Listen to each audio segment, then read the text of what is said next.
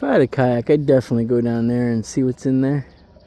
How about there's a bunch of perch or bluegill, ton of sunfish.